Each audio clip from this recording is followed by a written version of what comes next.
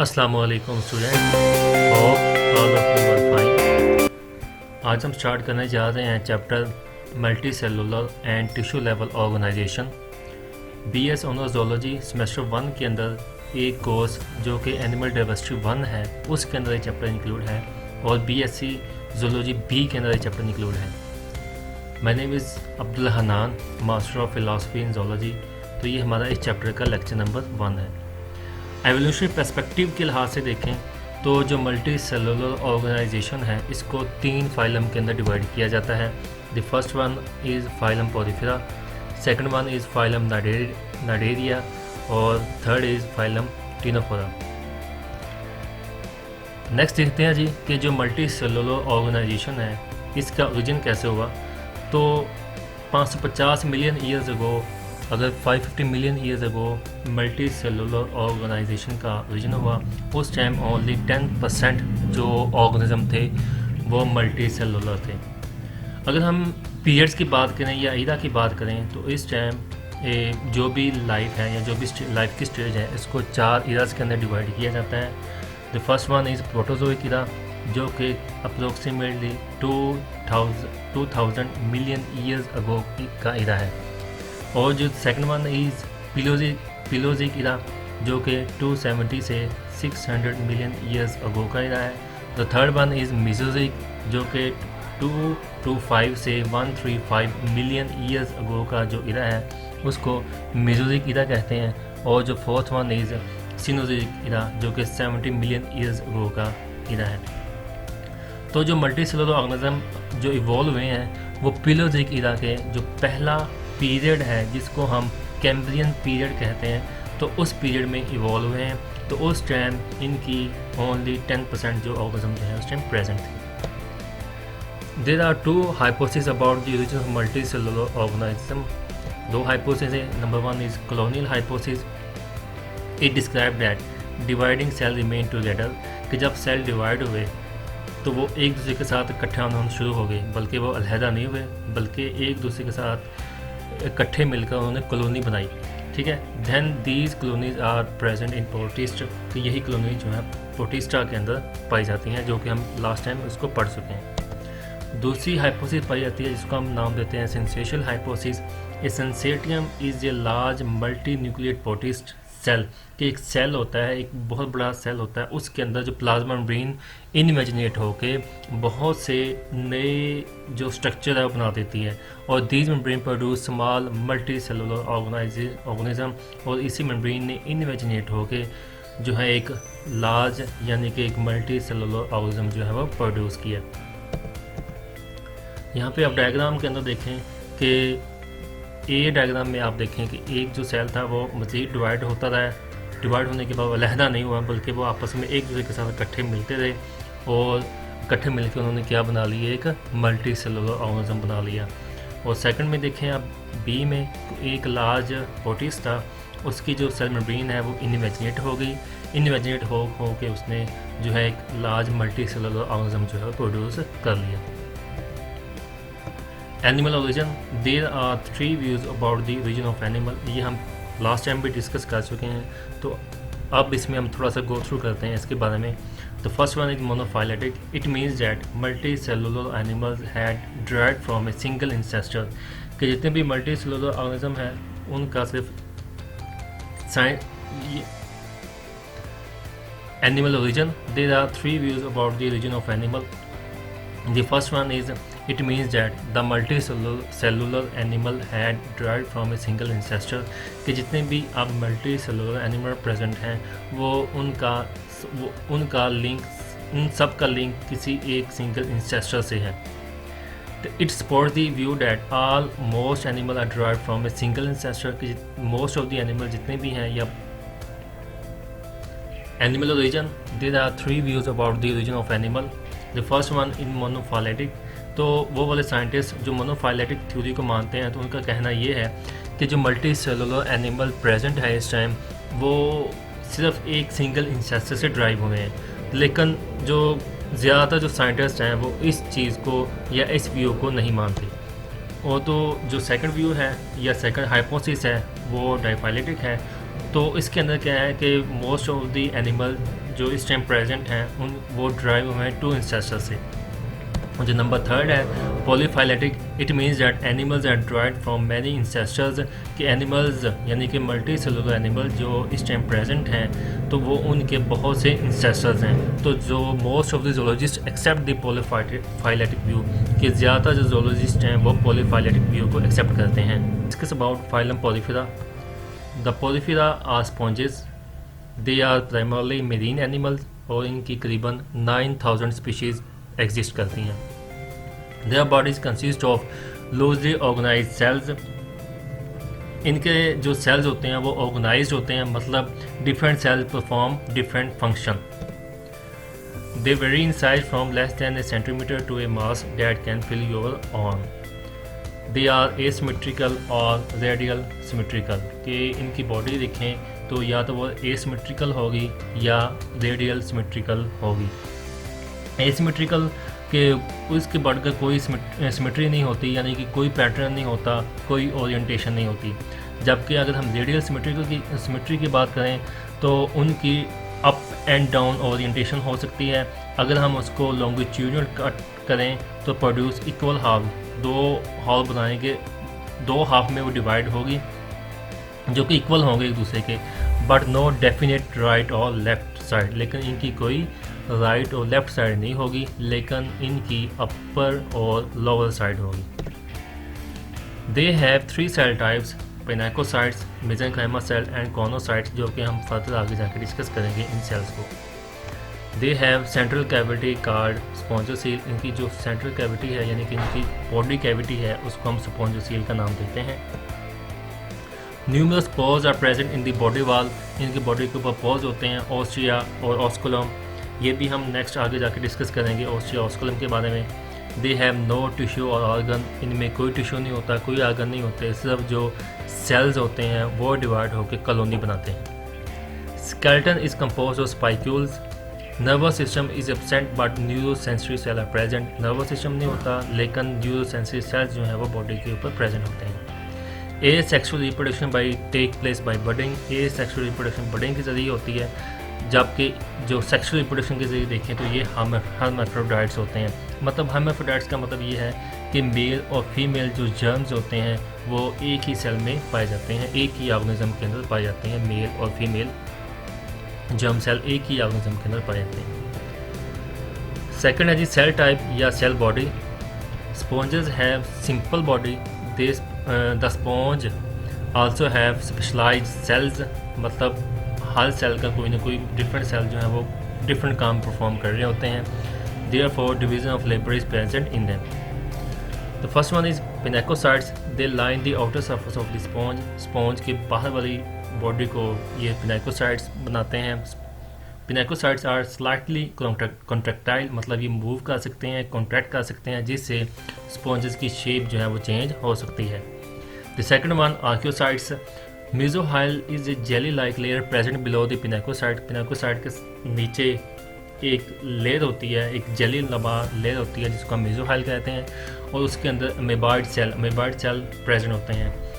These cells are called mesenchyma cell, और उनको हम मेसेनकाइमा सेल्स कहते हैं। The mesenchyma cells freely move in the mesohyl, तो इनकी जो जेली लाइक लेयर है जिसको हम मेसोहाइल का नाम दे रहे हैं, उसके अंदर जो अमीबाइड सेल हैं वो फ्रीली मूव कर रहे होते हैं। These cells are specialized for the production, secreting skeleton elements or transporting them or storing of food. Number 3, conocytes. Conocytes or collar cells are present below the mesohyl. Conocytes को हम collar cell भी कहते हैं। collar cell इसलिए कहते हैं क्योंकि इसके अंदर रिंग लाइक माइक्रोविलाई होते हैं इनके अंदर, इसलिए हम इनको collar cell का नाम भी देते हैं। Below the mesohyl they form the lining of the inner chamber, ये जो इनकी बॉडी कैविटी है यानी कि जो इनर चैम्बर है वहाँ पे ये प्रेजेंट होते हैं। Choanocytes are flagellated cell, they have a collar like ring of microvilli surrounding by flagellum. The flagellum creates water currents through the sponge, तो फ्लैजेलम है वो वाटर करंट प्रोड्यूस करता है स्पॉन्ज के अंदर, स्पॉन्ज की बॉडी कैविटी के अंदर। The collar filters microscopic food particle from the water, ये इसका काम ये भी है कि ये जो फूड पार्टिकल होते हैं वाटर के अंदर, उसको जो है ये फिल्टर करता है। ये इनकी डायग्राम देखें जी, इनकी बॉडी के स्ट्रक्चर देखें तो आपको सबसे बाहर वाले जो लेयर नज़र आ रही है वो पिनाकोसाइट्स हैं, तो जो इनकी आउटर कवरिंग बनाती है बॉडी की। देन एक जेली लाइक कैविटी जो हम अभी पीछे पढ़ के आए हैं, मेसोहाइल कहते हैं, और उसके अंदर अमेबाइड सेल होते हैं जो कि मुख्तलिफ जो फंक्शन होते हैं बॉडी के वो परफॉर्म करते हैं। और जो थर्ड वन आपको यहाँ पे कॉनोसाइट्स नज़र आ रहे हैं, तो जो कि वाटर करंट को जनरेट करते हैं जिससे फूड पार्टिकल वगैरह जो है वो फ़िल्टर होते हैं। और उसी कॉनोसाइट्स में फ्लैजेलम और माइक्रोबिलाई भी जो है आपको इस डायग्राम के अंदर नज़र आ रहे हैं। उसके साथ साथ आप देखेंगे कि जो ओपनिंग होती हैं, यानी कि ऑस्ट्रिया या ऑस्कुलम, जो पीछे अभी हम लोग पोल्स पढ़ के आ रहे हैं, तो यहाँ पे वो भी आपको दिखाए गए हैं। और स्पॉन्जोसील जो उनकी बॉडी कैविटी है वो भी दिखें यहाँ पे इस डायग्राम के अंदर आपको दिखाई जा रही है। Skeleton, there are two type of skeleton in sponge. The first one is spitless. The spicules consist of microscopic needle-like spikes.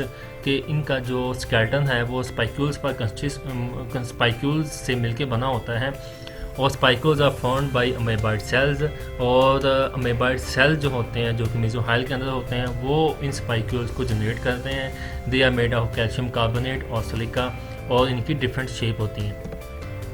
Spongin fibre दूसरी टाइप का जो इनका स्केलेटन है स्पॉन्जिन फाइबर कहलाता है। The spongin fibre are made up of spongin protein से मिलकर बने होते हैं।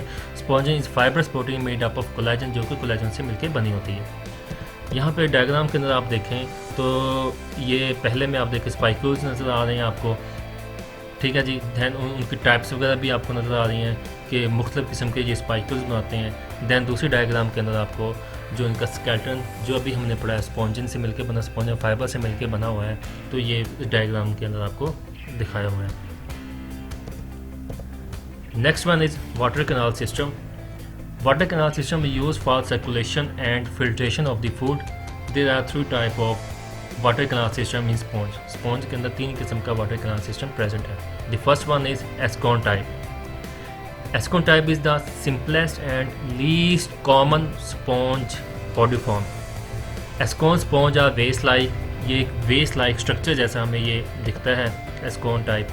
Ostia are the outer opening of porocyte and the porocyte open directly into spongiocele. कि Ostia जो इनकी outer opening होती है, देन ये डायरेक्टली ओपन होती है आगे स्पॉन्जोसील के अंदर, कॉर्नोसाइड लाइन इन स्पॉन्जोसील, और पीछे हम पढ़ चुके हैं कि कॉर्नोसाइड जो है वो स्पॉन्जोसील के अंदर प्रेजेंट होते हैं। The movement of flagella of choanocytes draw water into the spongocoel through the ostia. Then water leave the sponge through osculum, कि जो वाटर रिमूव होना है बॉडी से तो वो ऑस्कुलम के जरिए जो है वो रिमूव होगा। Osculum is a single large opening at the top of the sponge. Diagram के अंदर आप देखें जी तो इनके जो पोज बाहर वाली साइड पे नज़र आ रहे हैं उनको हम ऑस्ट्रिया कहते हैं। तो ये ऑस्ट्रिया जो है डायरेक्टली जाके स्पॉन्जोसील यानी कि बॉडी कैविटी के अंदर ओपन हो जाते हैं, और इस बॉडी कैविटी के अंदर आपको येलो कलर में आपको कॉर्नोसाइट सेल नज़र आ रहे हैं, और कॉर्नोसाइट्स के साथ सीलिया वगैरह जो आपको लगे हुए नज़र आते हैं। Then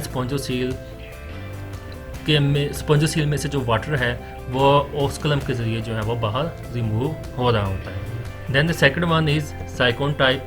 The sponge wall is folded in the Sycon body form, कि जो इनकी बाहर वाली वॉल होती है वो फोल्ड होती है, और फोल्ड होके दूसरा वाटर कैनाल सिस्टम बनाती है जिसको हम Sycon टाइप कहते हैं।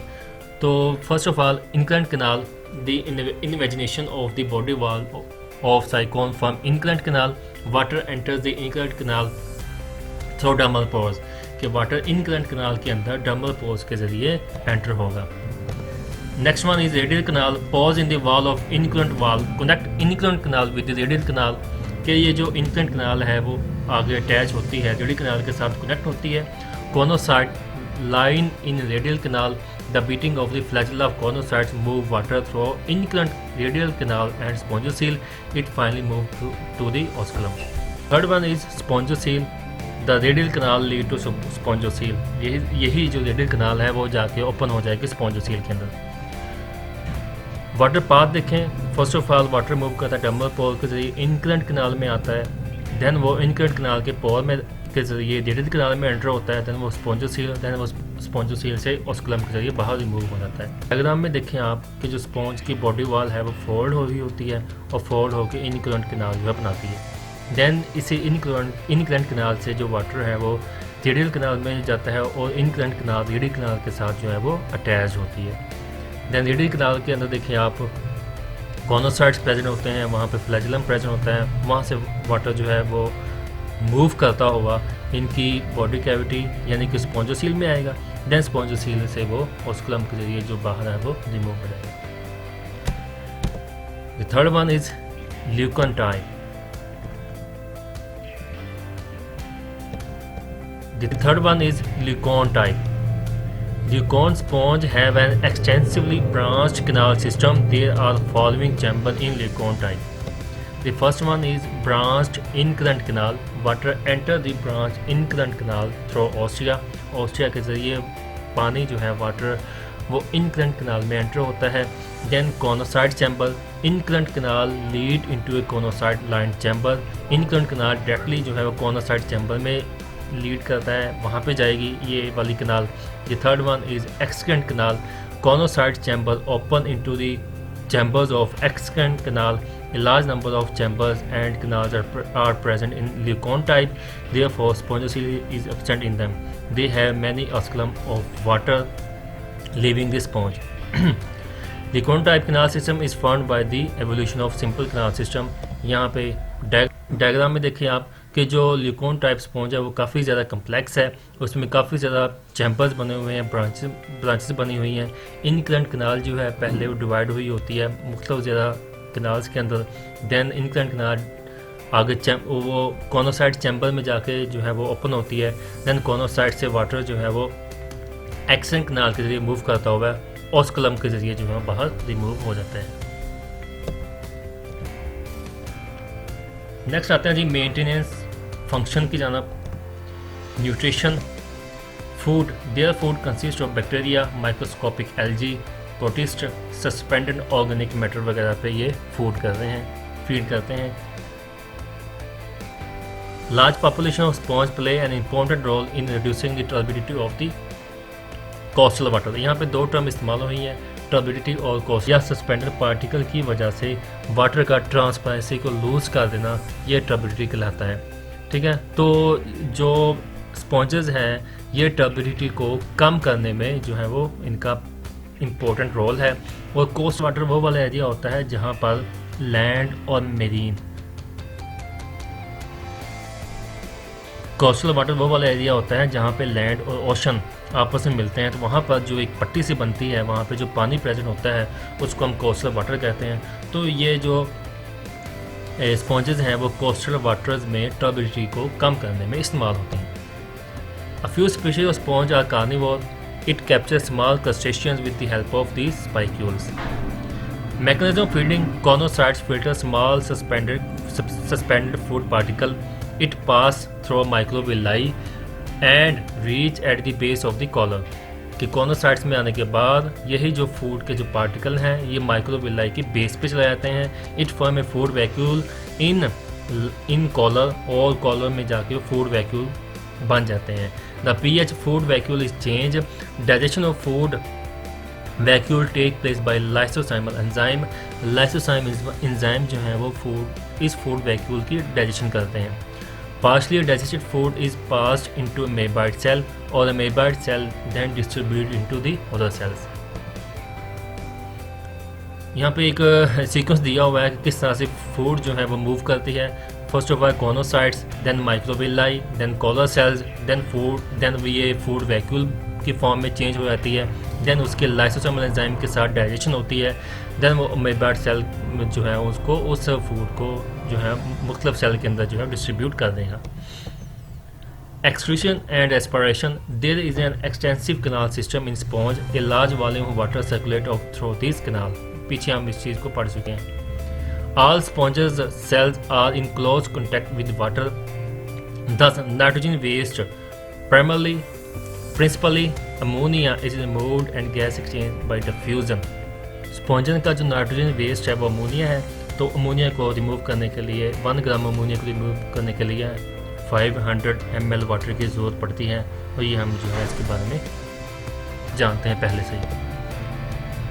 Then coordination, there are two form of coordination in sponge. The first one is coordination by external factor. Sponges do not have nerve cell to coordinate body function. इनके पास कोई nerve cells वगैरह नहीं होते। Mostly individual cells show response to stimuli.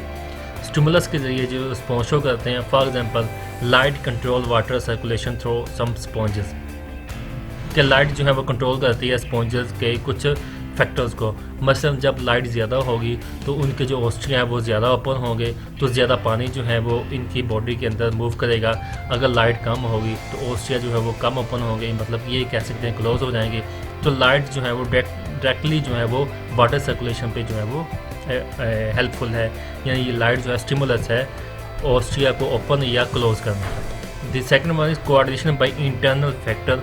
Some of the reactions suggest that some communication is present among cell, की communication present भी होती है सेल के अंदर। For example rate of water circulation through a sponge can drop suddenly without external cause, कि sometime ये होता है कि पानी का जो ड्रॉप है वो सडनली कम हो जाता है, हालांकि कोई भी उसका एक्सटर्नल कॉज जो है वो नहीं होता।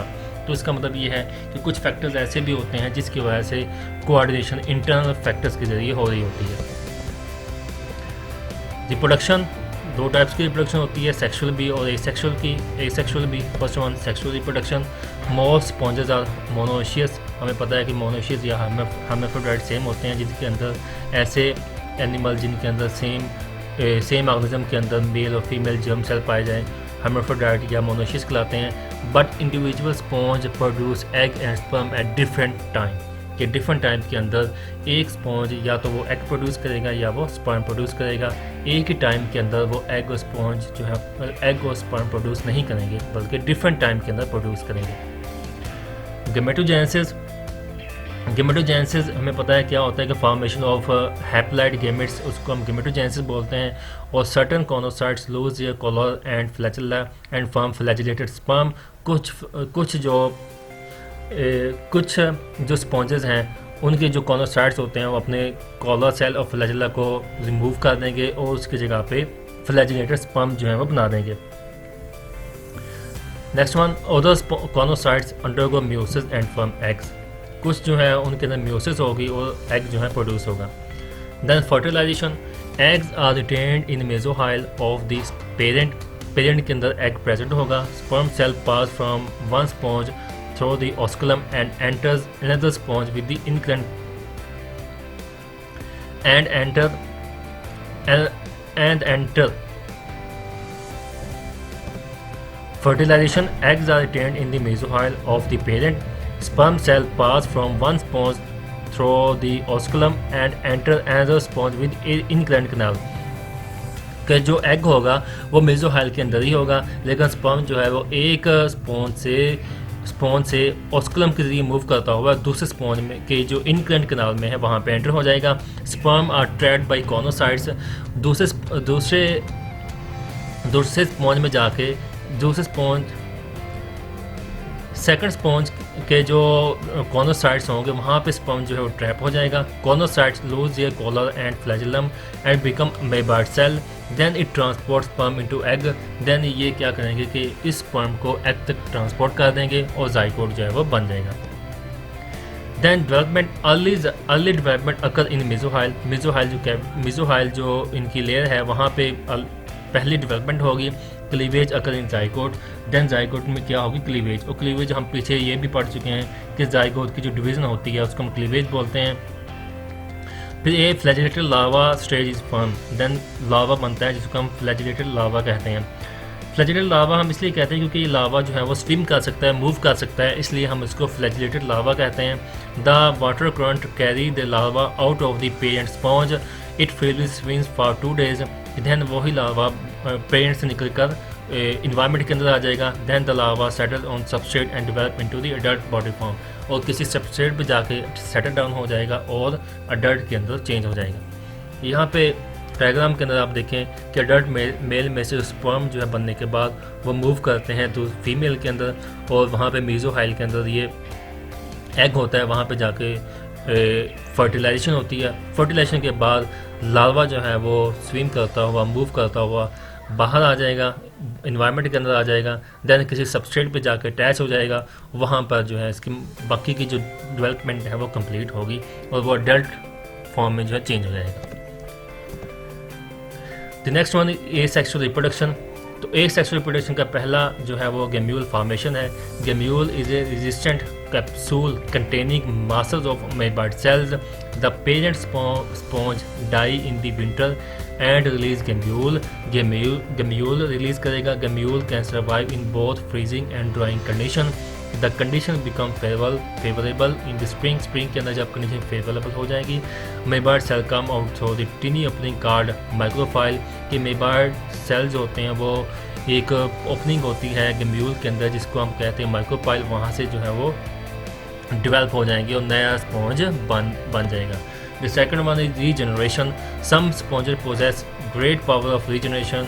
Portion of sponge are cut or broken, the broken piece form a new sponge. कि अगर एक पोर्शन ब्रेक हो जाए उसकी जगह पे एक नया पोर्शन जो है वो उसकी जगह पे रिमेनिंग पोर्शन जो है वो बन जाएगा। डायग्राम में देखिए आप गेम्यूल फॉर्मेशन है, तो सेल जो है प्रेजेंट होते हैं गेम्यूल के अंदर और सबसे ऊपर माइक्रोपाइल एक जो ओपनिंग होती है। दैन जब कंडीशन फेवरेबल होगी तो सेल्स माइक्रोपाइल के रिमूव करते हुए बाहर निकल जाएंगे और दैन एक नया स्पॉन्ज जो है बना देंगे। यहाँ पे रीजनरेशन में देखें कि जब कोई भी कट लग जाए या कोई इनका पीस लहरा हो जाए तो वो दोबारा अपना जो रिमेनिंग पीस है या रिमेनिंग जो कैविटी है उसको बना लेंगे, तो रीजनरेशन का प्रोसेस कंप्लीट होगा। End of lecture number 1। Thanks for cooperation. Next time इंशाल्लाह हम लेक्चर नंबर 2 के साथ हाजिर होंगे। तब तक के लिए अल्लाह हाफिज़। अस्सलाम वालेकुम।